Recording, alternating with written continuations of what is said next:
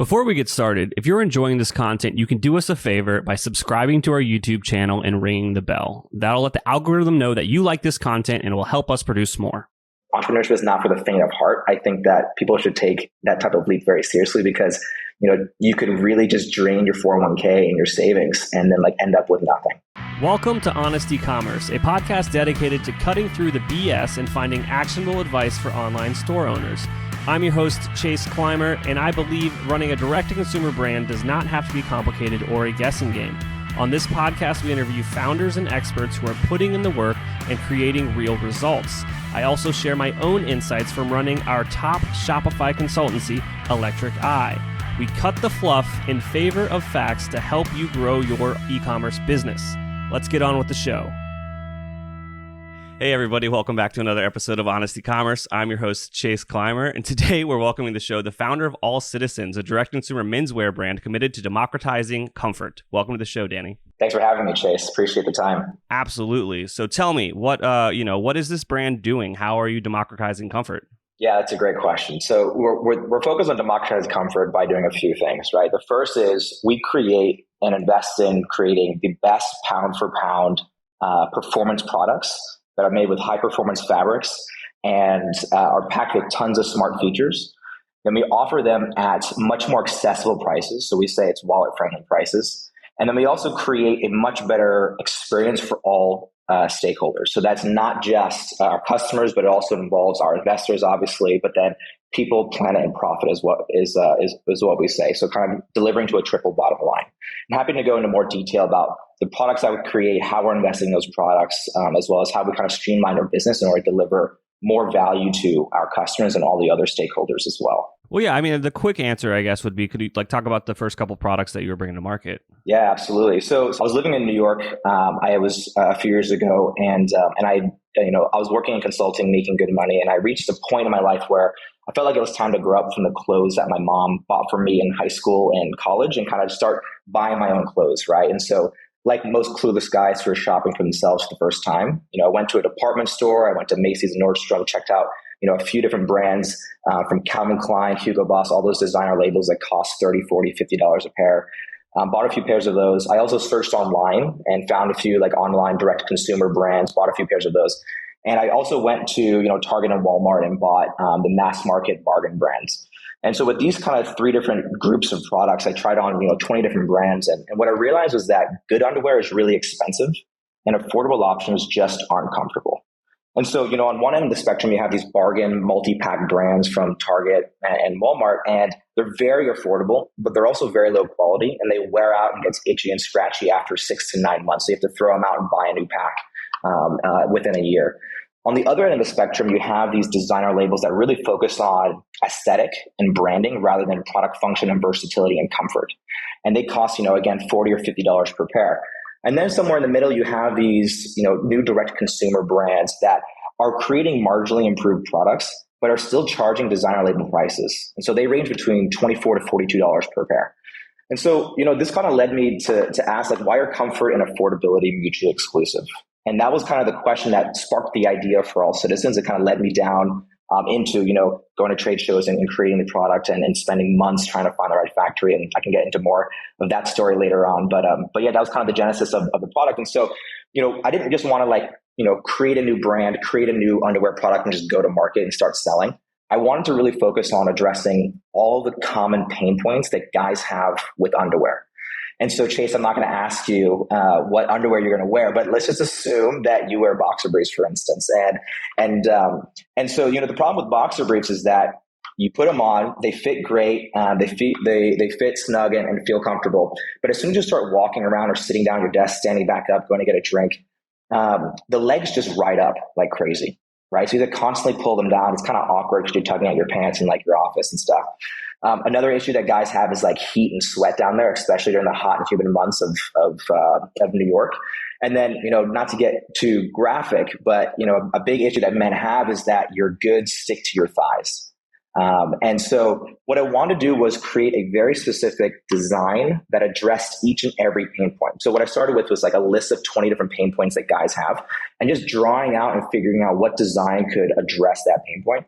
And that's how, that's kind of what I carried forward in terms of all of our products, is that we don't just want to just create like a new dress shirt or like create a t-shirt. We want to create a much better product, investing in high performance fabrics, creating all these smart designs and packing them into this product, and then figuring out a way to offer it at a much more accessible price point. So our price points are half the price of other competing and comparable premium brands. So our products are $16 and $18 for our two different underwear lines. Gotcha. All right. So you, the first product that you did bring to market though was the brief, correct? Boxer briefs, yeah. All right. So tell me about that. So you go from, all right, I see a hole in the market here with all these products, between comfort and price, there's definitely a delta here, and I want to fill that void. Yeah. How long did it take you from having that concept in your head to having a sample? Yeah, man. So Chase, to give you a bit of background, I don't come from a design or a retail or e-commerce background. I had no experience in creating any products, let alone clothing. I come from a very boring management consulting background. And so when I was creating this product, it really came from a solution standpoint. I was just trying to figure out solutions to all these the list of problem and pain points that I had and other men had. And so, I started off by just like going to trade shows in New York. There's a Javits Center trade show. I forgot the name of it now, but I went there, talked to a lot of factories, met a lot of suppliers. And from there, over the course of the next 9 months, I was meeting with 6 different factories, some in like Bangladesh and Korea and Taiwan and China in the US. And I met with 6 different factories over the course of these 9 months. And the problem was that every single factory that I worked with just could not create the level of quality that I wanted at the price point that I wanted. And it was always like a quality and a price were always in competition with one another. And so, I would find a factory that had the most amazing quality, had really good craftsmanship, had really good materials, but then the price was just way too high. And I wasn't able to bring the product to market at a price that I thought was wallet friendly, right?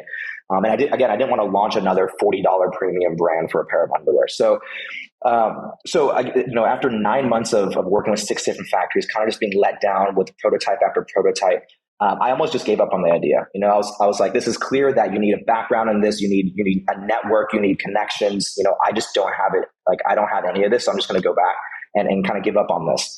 And in the 10th month, I get like I reach out to one person I met at a trade show randomly, and kind of like a last ditch effort. And they put me in touch with someone who then put me in touch with someone who worked at a factory that produced for Calvin Klein and several other designer labels. And so I was like, jackpot, this is perfect. But being very inexperienced, I didn't realize that this factory is used to producing millions of units every month.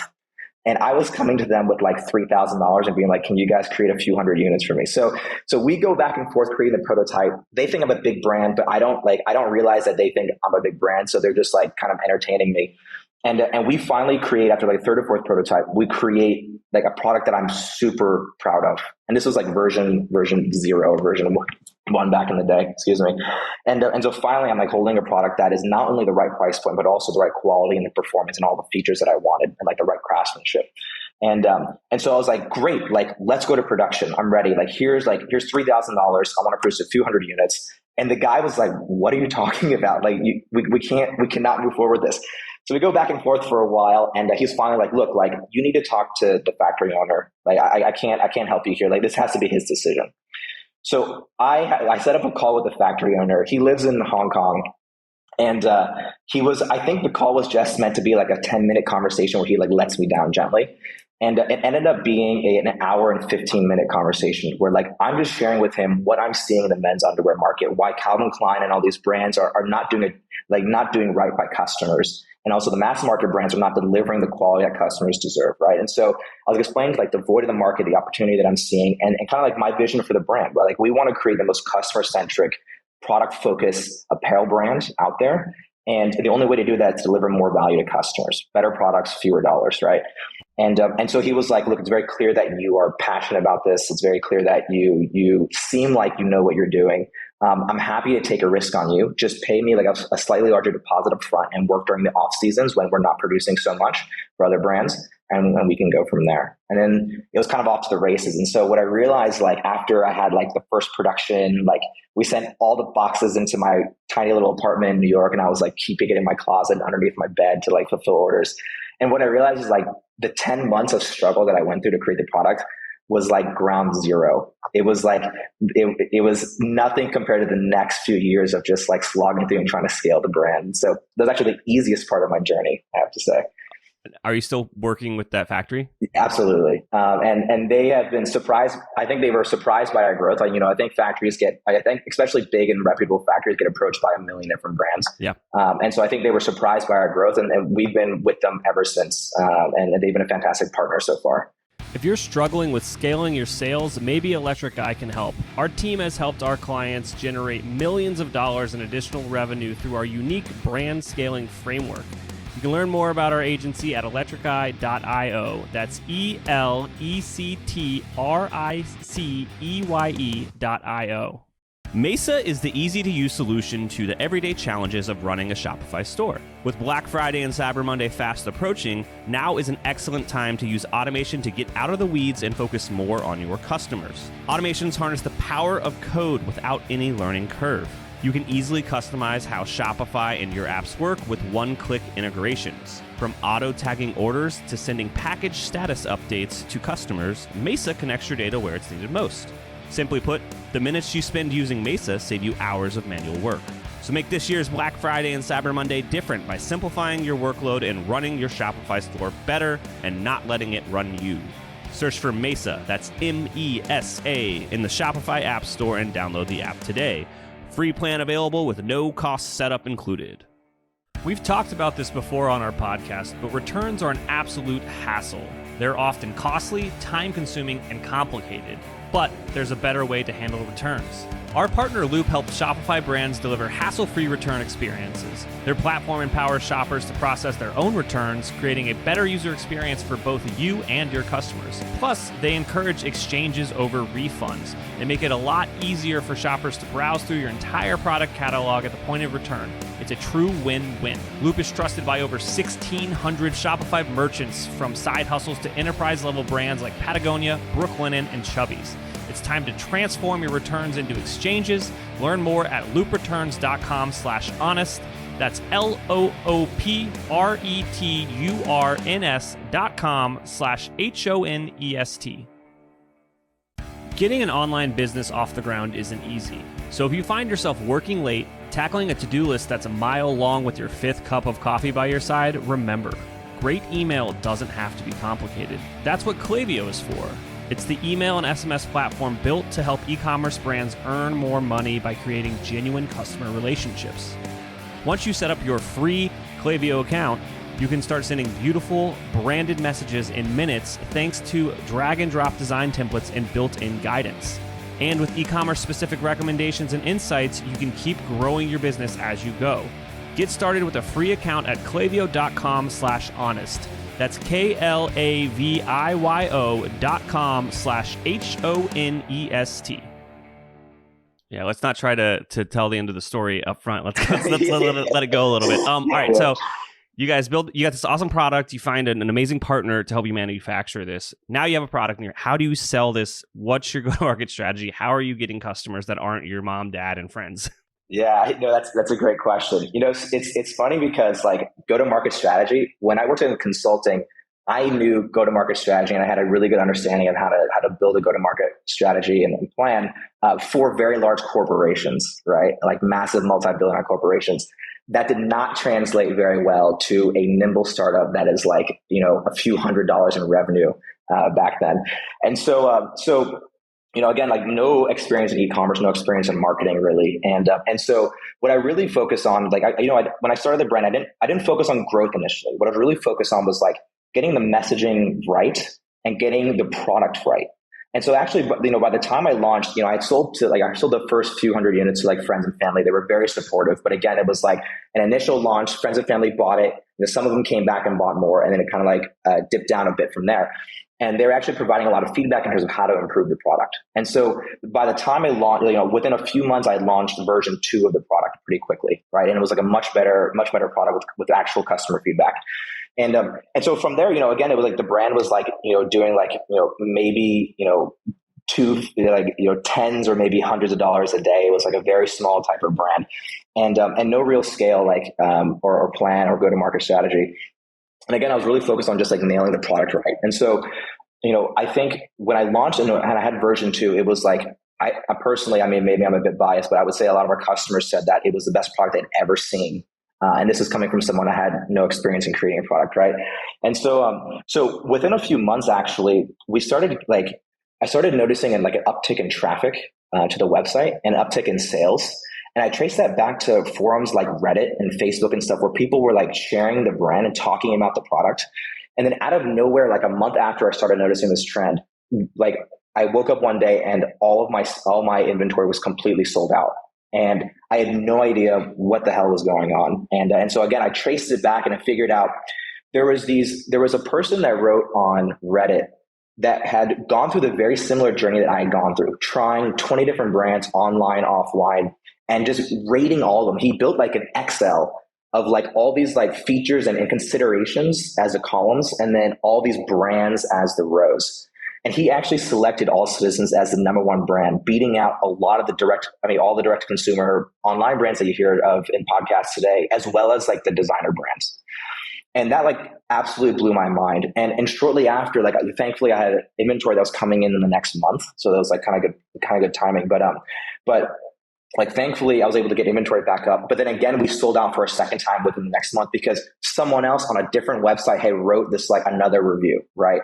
And so all these people were kind of like talking about the brand, and more people were kind of hearing about it through word of mouth, and just like real honest people just writing a review being like, hey, this is my experience with 30, 40 brands that I tried out. And like, this is where I rank everyone.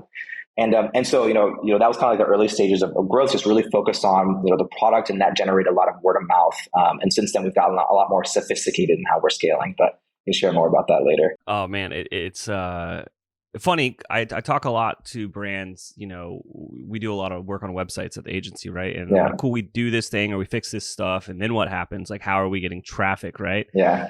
And it's less likely these days that someone will be like, "Oh, we're going to go viral," because that's something that you can't plan, right? You'll never in your life be able to force virality. Like, there's a lot of stuff that you can weigh in your basket, have a great video team that makes a super comedic thing. Like maybe that will do it, but you never know, right? Right. So that's fun. That's something where I just say, well, that's impossible. What else are you going to do? Is like usually my answer. But it's awesome to hear, when it does happen.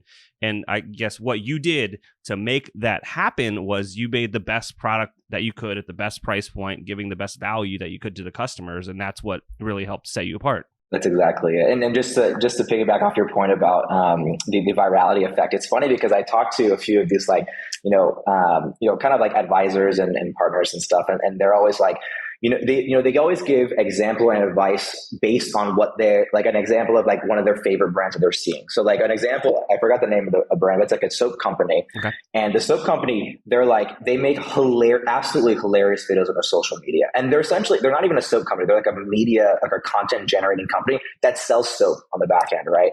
And so that's what you got to do these days. And they were like, they're like, it's so easy. All you got to do is hire the right creative team. You create these videos and like you just go viral. And it's like, yeah, but it doesn't work like that. Like you don't know if your personality is going to resonate with like the market or your community and stuff. So it's just funny the type of virality. Like I hate that word because it's not planned, right? Yeah. Here's a sneak peek, everyone, to the ebook that I've been promising forever.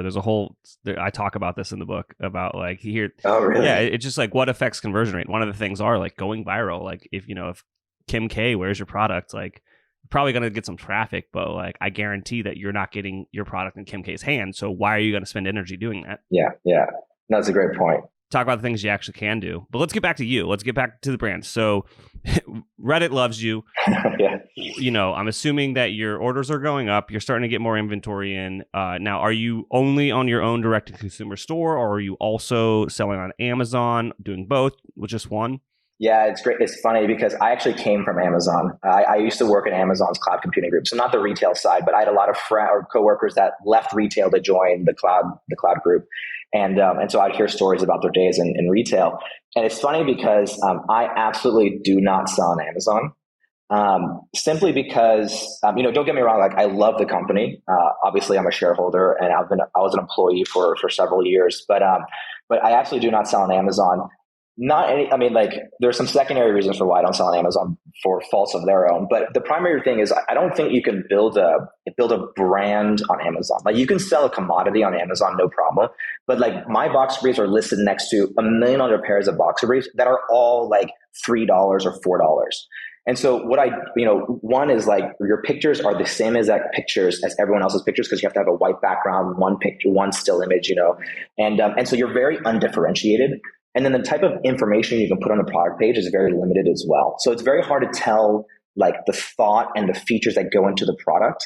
Like our brand, if you go on our website, is very visual, right? Like we're in the process of adding 3D models for all of our products so that you can explore the products in much more detail. And rather, visually, rather than like reading through, here's feature number 1, 2, 3, 4, 5, like kind of boring, right? And so I don't sell on Amazon because again, like I don't see that I could build All Citizens as a homegrown brand on Amazon. I could sell like, a commodity on Amazon, but just not, yeah. I don't see that in my future so far. Like marketplaces and stuff, again, I don't see that in our future yet. Again, it's not a no, but maybe sometime in the future. But no, purely through our store right now, and we've done a pop-up actually in Singapore that's gone pretty well, and so we're actually considering expanding our pop-ups throughout the U.S. And then expanding to the UK and Australia very soon. That's awesome. So let's kind of fast forward a bit. What does kind of the strategy look like these days? What's the mix like, and obviously how has iOS and all of the fun stuff that's happened in the past couple of years affected kind of the marketing strategies at All Citizens? Yeah, no, that's a great question. So I think going back to your point about virality, I think part of your marketing strategy has to be sampling and trying out everything, right? And so I think the standard direct consumer playbook, if you will, is you start off with a product, you start making a little bit of money, so you start putting money into, or you go and raise like a small seed round from VCs, and you pour like $3 million into Facebook and Google ads, right? And that's like step one. Then, you start expanding to TikTok and maybe even Snapchat, maybe Pinterest, depending on your product and your demographics. And that's like step two. But again, social media advertising is kind of like phase one. Phase two is when you start scaling into like PR, affiliate, and a few other types of channels, and like even like exploring, opening up like new channels like physical retail, maybe a small pop up in like an apartment store. But again, like it's about and like we're kind of very much in phase two where like we're exploring all these new channels. And again, it's like I have a very clear idea and like a map of what the next 2 years looks like in terms of marketing and channel expansion and like country expansion and all of that. But like, I can't tell you whether or not any of those are going to work. Right. And so again, I think it's about having like a very strong conviction about like, and a strong vision about what you think you need to do and start executing. And like something may happen from that. So for instance, like when I first started, I didn't start Facebook advertising until like a year or two into All Citizens. And like, Facebook was like, this was pre iOS 14, right? And Facebook was like still a pretty good channel, but I hadn't like cracked the code. I hadn't figured it out. Started working with an agency. The ROI like wasn't quite there. And then out of nowhere, like I created like 10 different like ads, like video and photo ads. And out of nowhere, like one of my least favorite photo ads, it like blew up, right? And so again, it was like I would have never guessed that was the one that was going to like carry it a bit for the next month. And so again, it's about like experimenting and being like really creative with how you test out all the different channels, being creative with how you create content as well. And then like whatever works on you, kind of double down on that and reinvest and like try to replicate that. So that's kind of like the strategy in phase two moving forward. Absolutely. Now, looking back on everything that you've done and all the choices you've made and all the tests that you kind of ran figuring stuff out, does anything stand out to you as maybe like a mistake that you made that you were like, hey, like we did this, didn't really work out so well, everybody? Yeah, I think I got into Facebook a bit late. So I only started the brand a few years ago, and I think there was kind of like a golden age of Facebook where like you literally throw anything, any dollar amount and any crappy, image as your ad on Facebook and you get like $10 back in ROI. Yeah. We were there for it, and it is nowhere near it anymore. Actually, absolutely not. Yeah. Yeah, that we don't even offer Facebook ads anymore at the agency. Really? We kind of sunset the offering just because we are way better at another thing. The ROAS is not there. Yeah.